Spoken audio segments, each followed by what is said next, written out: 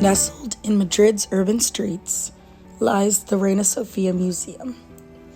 The museum was officially inaugurated on September 10, 1992, and is named for Queen Sofia. We're going to see art from the 20th century. We're going to see conceptual and abstract art. Now, there are many avenues, there are many paths that conceptual abstract artists of the early 20th century adopted. Some of them were like, I want to do something new. Yeah, me too. Hey, let's take lots of drugs. Yeah. And then we take drugs and then we paint and do stuff. Others were like, you know what, I don't need no drugs. I already, from my mother's womb, I come already cuckoo in the head. My favorite piece of artwork in the Reina Sofia was The Great Masturbator. It was very interesting because I would never expect an art piece to be named that. I also just liked all the elements and the colors that the artist used. I felt like the piece of art told a story, and yeah, it was just very interesting. The Reina Sofia Museum is mainly dedicated to Spanish art. Highlights of the museum include excellent collections of Spain's two greatest 20th century masters, Pablo Picasso and Salvador Dali. The most famous masterpiece in the museum is Picasso's 1937 painting, Guernica. This was built because of this new modern way of thinking.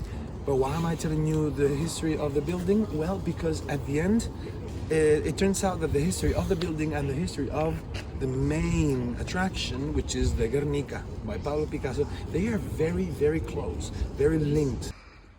I would have to say Van Gogh, because he not only had some of the best artwork, he also influenced some of the other greatest artists. Like, he was one of Picasso's great influences.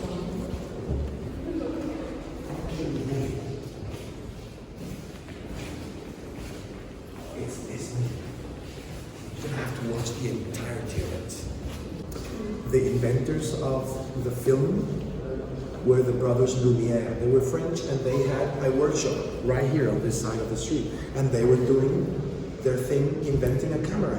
And then they got a prototype and then they say, let's test it. My favorite artist in the Reina Sofia is actually Picasso. I like his artwork. His old wife named Olga, he has a series of 10 paintings that he did, and the story, the timeline with their marriage and their relationship is very interesting.